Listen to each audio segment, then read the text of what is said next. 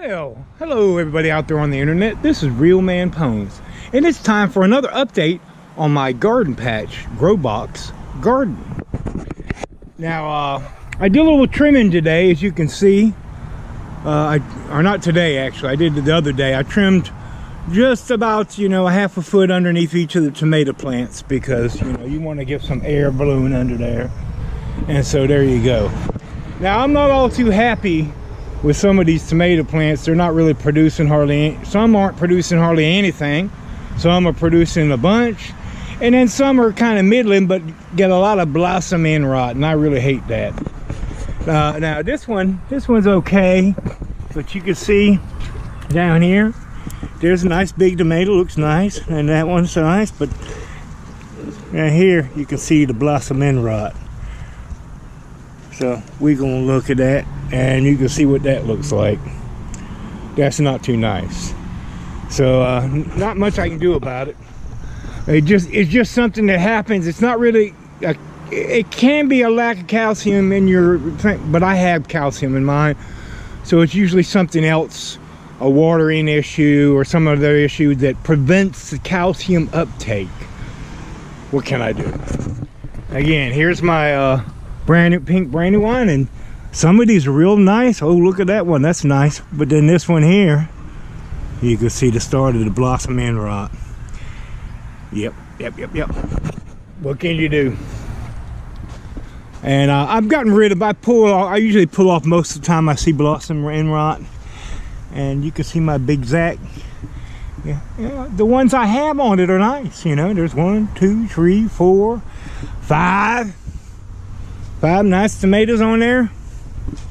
You can't win them all. And as you can see, my neighbor has added more pots over here since he likes what's happening with his. They do pretty good. They don't make a lot either, but he doesn't have any blossom end rot on his. It's not fair. It's not fair. What can I do about it? I can't do nothing about it. Like here's one I was hoping for, the brandywine yellow. I think, yeah, there's one tomato. There was 3 or 4 other ones, but they had blossom end rot, and I had to get rid of them. Same with these two. There's just not hardly any tomatoes on them at all. There's a couple down there for the brandywine red.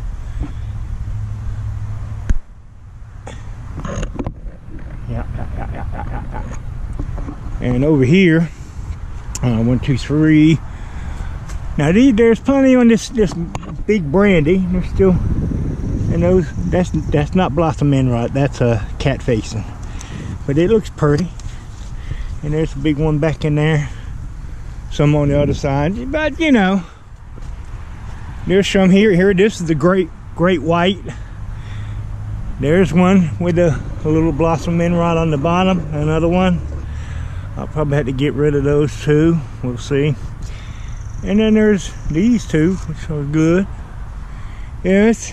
Now over here, oh man, forget about it. There's plenty of tomatoes on this one. There was a tiny bit of blossom end rot, but not much. And this one is a husky cherry tomatoes. It's not producing a lot, but I like this one. This is one of my best ones. Yeah, look on this side, plenty. There's tons. I'll be getting more of this next year. Now, let's look at here's my eggplant. That's doing nice. And there's another one right there, in there. I don't know, can you see? I can't see. There it is. Anyway, then there's all kinds of ones forming over here and flowers. Yeah, there'll be plenty of eggplants. And my peppers, there's a few issues, but here's my big giant Marconi, and they're starting to grow up in there. Another one up more, a couple more, some on the other side. Plenty of long red thick cayenne peppers. And down on this side, plenty of the cayennetta peppers. plenty. I've been having some wilting issues, so I had to come out every 30 minutes once it gets hot and spray them with water. These two in the front are gone. I done took the peppers off, but I'm gonna leave them there because every time I pull one out, then the one next to it has the wilting issue, so I'm gonna leave them there. But as you can see, there's plenty of jalapenos on there. These are my mucho nachos. Same over here. The one in the back is good, just needs a little more spray. That's good. These perk up when in the mornings, as long as I keep spraying them with water. Plenty jalapeno. And I'll look over here. This is one of my better ones. You can see they're starting to turn from green to yellow. These are going to be nice, and these are really hot. And over here, this one's doing real good. Look at that bee. Look at that bumblebee. We got a bumblebee. Yeah, bumblebee, bumblebee. Yep. And there's plenty of these ancho San Luis. You call them poblanos when you eat them raw or fresh, and you call them anchos when you dry them. I lost several of these. What can you do?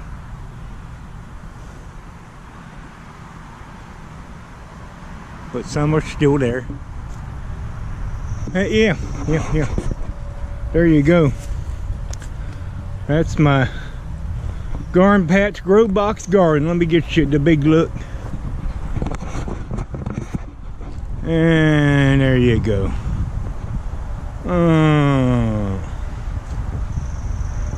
This has been RealmanPwns with your garden patch grow box garden update.